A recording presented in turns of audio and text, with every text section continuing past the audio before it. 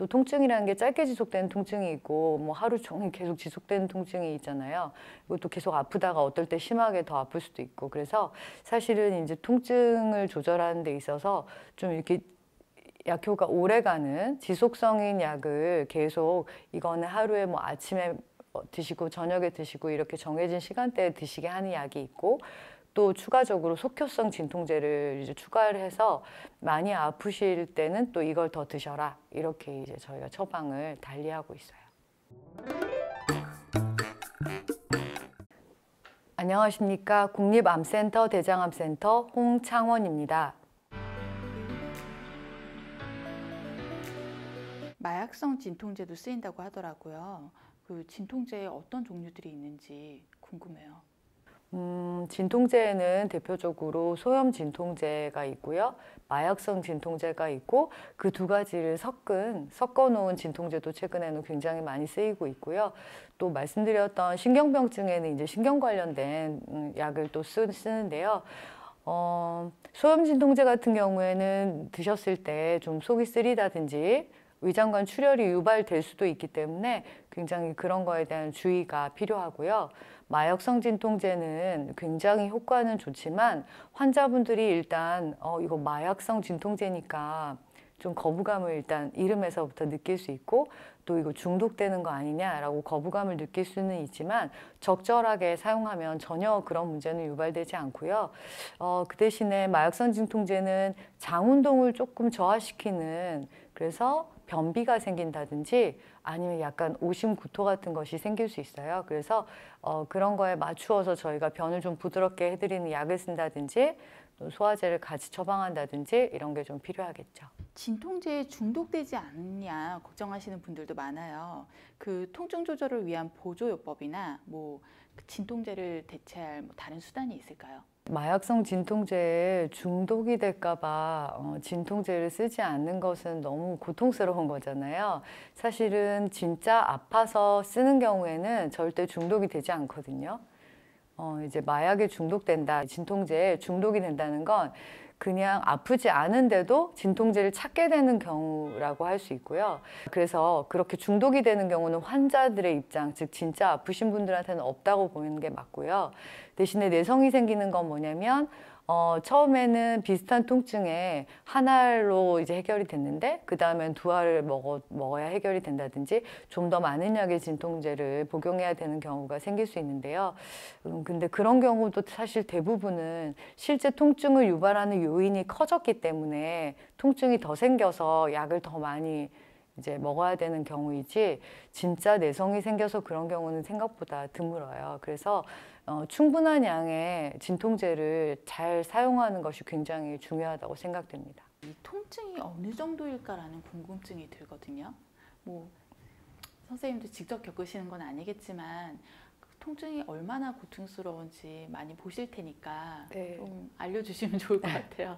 어떤 분 같은 경우는 항문을 나는 꼭 살려달라 하셔가지고 장문을 내지 않고 이제 항문을 살렸는데 굉장히 이제 항문에서 가까운 곳에 문앞 부위가 있었기 때문에 하루에 이제 그 괄약근 기능이 좀 떨어진 상태여서 하루에 30번, 뭐 많게는 40번 이렇게 변을 보시는 분이 있었어요. 근데 그 항문 통증이 너무 심해서 외래에서 그런 얘기를 하시더라고요. 그냥 이렇게 높은 데 가서 떨어져서 죽고 싶다. 그럼 정말 아프신 거겠죠. 너무 괴로운 거겠죠. 근데 이제 사실 그분이 수술하신 지 이제 얼마 안 됐을 때였기 때문에 저희가 물론 이제 그걸 좀 도와드리는 약도 당연히 있고요. 또 시간이 지나면 또 대부분은 2, 3년 내에는 조금 더 호전이 되거든요. 물론 이제 그 2, 3년이 지나도 많이 좋아지시지 않는 분도 있지만 그래서 그런 거에 대한 이제 희망을 드리고 용기를 드리고 좀 치료를 지속해 나가기를 이렇게 말씀을 드렸거든요. 그 정말 죽고 싶다는 생각을 할 정도로 아프신가 봐요. 하지만 그 시기가 지나면 완화될 수 있고 방법도 있다. 근데 그거에 이제 두 가지인데 실제 병이 좀 좋아져서 좋아져서 그리고 뭐 각종 약이나 이런 거에 의해서 진짜 증상이 좋아져서 통증이 좋아지는 경우도 있고요. 두 번째는 통증이라는 것도 약간은 적응이 되거든요. 그래서 똑같은 통증이라도 나중에 좀 더 적응이 되면 조금 덜 아프게 느끼시는 것 같긴 해요. 근데 또 사람에 따라서 같은 종류의 통증이라도 약이 어떤 건 듣고 어떤 건 안 듣고 이럴 수도 있나요? 그렇죠. 예. 네, 이분 개인적으로 궁금해서 여쭤보는 거예요. 그리고 이제 부작용의 종류도 굉장히 좀 다양하게 나타나요. 그래서 똑같은 마약성 진통제를 써도 어떤 분은 굉장히 변비가 심하게 나타나고, 어떤 분은 막 오심구토가 심하게 나타나고, 어떤 분은 이것도 저것도 없고 괜찮고 뭐 이런 분도 있고요. 실제 똑같은 마약성 진통제를 써도 어떤 분은 효과가 굉장히 빠르고요. 어떤 분은 이 약은 아예 효과가 없고 오심구토만 심하다라고 말씀하시는 분도 있고, 이렇게 효과랑 부작용이 좀 다른 게 사실입니다. 예. 그럼 약간은 시행착오를 거듭하면서 본인한테 맞는 그 통증을 잡는 방법을 찾아가야겠네요. 그래서 대개는 이렇게 통증을 심하게 호소하는 경우에 저희가 진통제를 드리더라도 진통제를 뭐 장기적으로 이렇게 많은 양을 드리는 게 아니고, 드려보고 좋아지는지 안 좋아지는지를 보고 약을 뭐 바꾸기도 하고 용량을 조절하기도 하고 해야 되기 때문에 그렇게 하고요.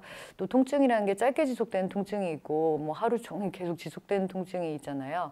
이것도 계속 아프다가 어떨 때 심하게 더 아플 수도 있고, 그래서 사실은 이제 통증을 조절하는 데 있어서 좀 이렇게 약효가 오래가는 지속성인 약을 계속, 이거는 하루에 뭐 아침에 드시고 저녁에 드시고 이렇게 정해진 시간대에 드시게 하는 약이 있고, 또 추가적으로 속효성 진통제를 이제 추가를 해서 많이 아프실 때는 또 이걸 더 드셔라, 이렇게 이제 저희가 처방을 달리하고 있어요.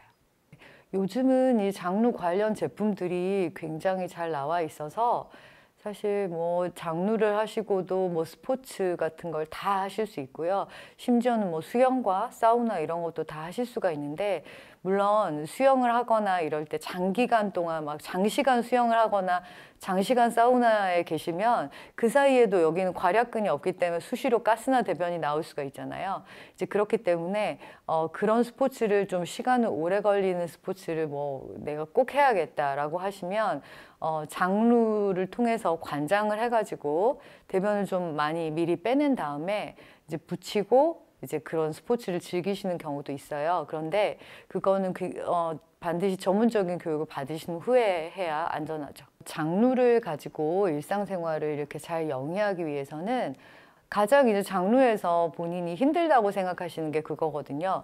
이제 주변 사람들이 사실 옷에 가려 있기 때문에 보이지는 않는데 무슨 뽀글뽀글 소리가 난다든지, 또는 장루를 통해서 변이 들어 있으니까 냄새가 난다든지, 또는 이제 장루 주머니가 이렇게 부착된 게 떨어지면서 변이 새어나오는 게 가장 이제 낭패스러운 일이에요.